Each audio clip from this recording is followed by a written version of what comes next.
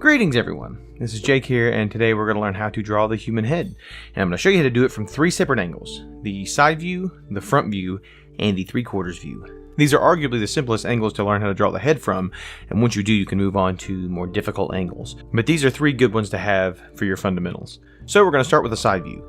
So the first and most important thing you need to know when drawing a head is the whole foundation of the head is a circle. Now, don't worry about getting a perfect circle, get it as good as you can, that's all that matters. Now, once you have this circle, what you want to do is towards the back half of the head, you're going to have an oval here. And what this is, this represents a flat plane of the side of the head. Then you take the flat side and you want to divide it into fours.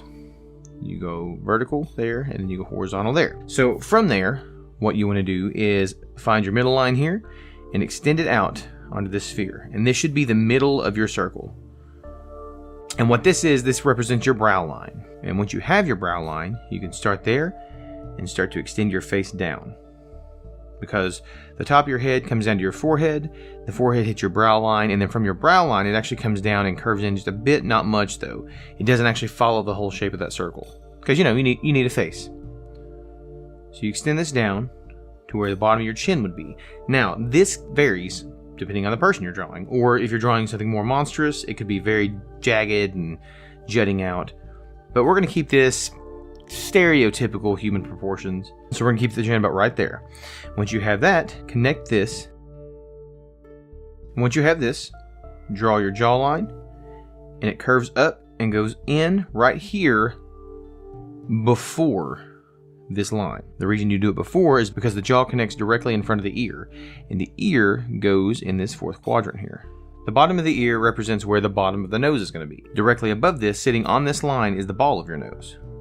So find your brow line, and for comic books, I like to pronounce it a little bit more for men. So you kind of have a little jut there. And then bring it, once it dips in a little bit, you bring it straight out. Find your nose.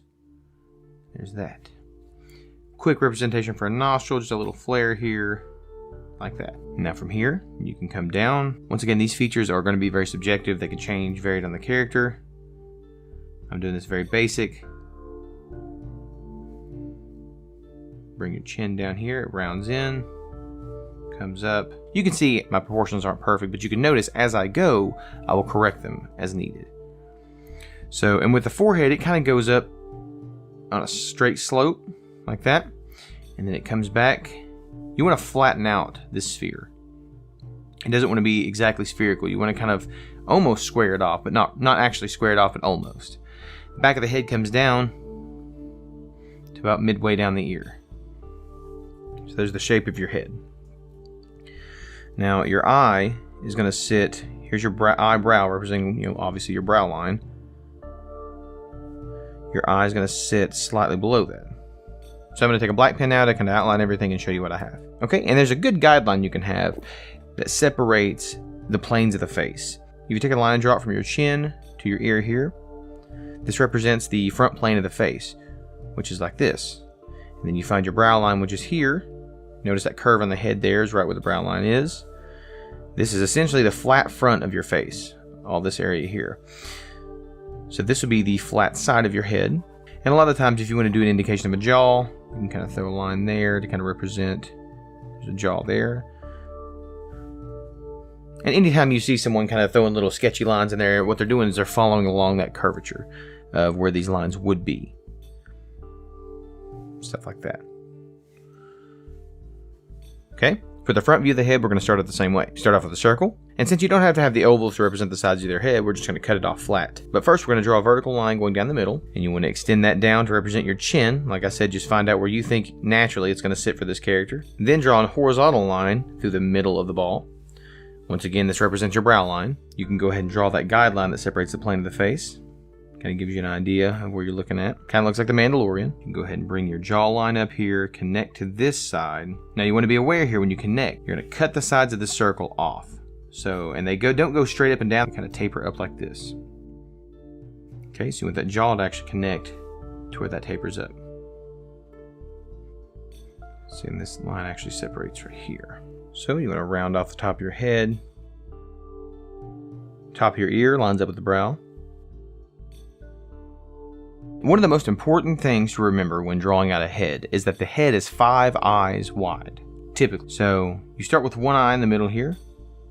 You got 2 eyes, then you got 3 eyes, then you got 4 eyes, and then you got 5 eyes. Now this may not always line up perfectly, which mine hardly ever does because, you know, that's how I draw. But this divides up to 5s, and once you do that, this is on your brow line here. You can bring down kind of for some guidelines of where your eyeballs are going to be. So go ahead and we can draw in eyebrows. And I'm not really going to detail in the features too much in this video. We can go over that in a later video. This is just to show you the basic shape of the head and how to draw it. Halfway between your eyes, which is right here, and your chin lies the bottom of the nose. And the ball of the nose sits directly above that. And the nostrils line up with the edge of your eye right here.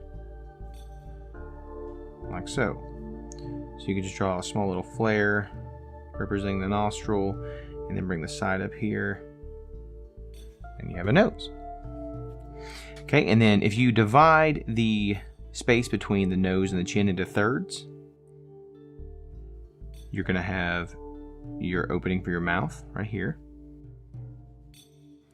You're going to have the top of the chin, and right above that, it's going to be the bottom of the lip. And about right here is where the plane of the face ends. And just notice I can't really follow my own guidelines, and these eyes are actually a bit too high. And you're going to have this. You're going to have mess ups. You're going to mess up constantly. I still do mess up constantly, if you cannot tell. So these eyes are a bit too high, so they should drop down a tad bit. These eyebrows need to rest on this brow line, not actually above it. So that was my mistake. I messed up a bit. Let's move on to the next angle. Once again, you start with your basic circle. And I swear the circle is the hardest part. Okay, and then keep in mind, you're moving this in a 3-dimensional space. So at first, when you had more of a circular shape for the side view, you're going to have more of an oval shape here. Because this head's going to be slightly turned. So where that's cut off, it actually kind of flattens that side a little bit. It's going to be a bit more flat than the actual circle. You still divide it into fourths. I did this view last because it's a good representation of everything we've learned so far. You bring this straight across, and remember that represents your brow line. Directly below that is going to be your eyes. And then right here, towards the bottom of this, is going to be where your nose is. Okay, so you bring the plane of the face down. Slightly curves in, not much. You find where your chin's going to be. Like I said, it is subjective, it can change. And then you bring the jawline up, and remember it connects right in front of this line because your ear is going to rest here. And remember, the corner of this chin here connects there. That shows the plane change on the face. This line right here. Okay, now from there we need to find the center of your chin, which is going to have a line running up that wraps over the sphere here. So it's showing the shape of the face. You want to make sure here, because the brow actually jumps out a bit and the eye socket recesses. So it's going to come out here and then it's going to kind of sink in a bit. And that represents the eye socket. Then you're going to have a jawbone here. And then, depending on the character, it can come straight down. You could have a bump here, kind of comes out here, another bump to represent the lips, and then maybe a bump to represent the chin. I usually like to come straight down, maybe put a bump for the chin. Then you want to find where your eyes are going to go, which is going to be here. Remember the 1, 2, 3, 4, and then 5. And notice the space between these lines gets shorter and shorter when you go from right to left, and that's because of foreshortening. So this eye is actually not going to be as wide as this eye because of foreshortening. But it will be the same height. This is something that took me a long time to learn. This eye is going to be the same height as this eye because in foreshortening, we're foreshortening horizontally, not vertically. So the width of the eye is going to change, not the height. So you make this eye, say, yay tall. You want to make this eye the same height, but it is going to be wider. And I'm just telling you things that were like eureka moments for me. They may not be to you. You may already know this stuff innately, but I did not. And when I learned it, I was like, aha. Slightly cross-eyed. Ain't no thing. People are cross-eyed sometimes. Okay, so from here, find your eyebrows, your nose. Once again, right here above this line is the ball of your nose. You're going to have the nostril you can see here. And depending on the angle of the head and the width of the nose, you may be able to see this nostril over here. You may not. I'm going to draw it to where you can actually see it, so you can kind of show that I foreshortened it. You come up here, and then this connects to the brow. And that's just the bridge of your nose. And this is going to represent where your mouth is. Notice also in this foreshortening, the right side is going to be a bit longer than the left side because you are shortening it out. You want to draw your lower lip. And you want to draw your chin. There's the plane of your chin. You wouldn't necessarily want to draw that shape in there. This is just to show you where it's at. Flatten that forehead out. Bring this around. Flatten the top of the head a bit. And then you want to flatten the back of this head because it's going to connect here. Okay, and there's a simple example of the head from a 3/4 view. Okay, well that's it for this video. I hope you guys enjoyed it and I hope you learned something. If you have any questions, be sure to drop a comment below and I'd be more than happy to help you out and give you any information that I have that could maybe potentially improve your art. So thank you guys so much for watching once again. You guys are awesome and keep on drawing on. Later.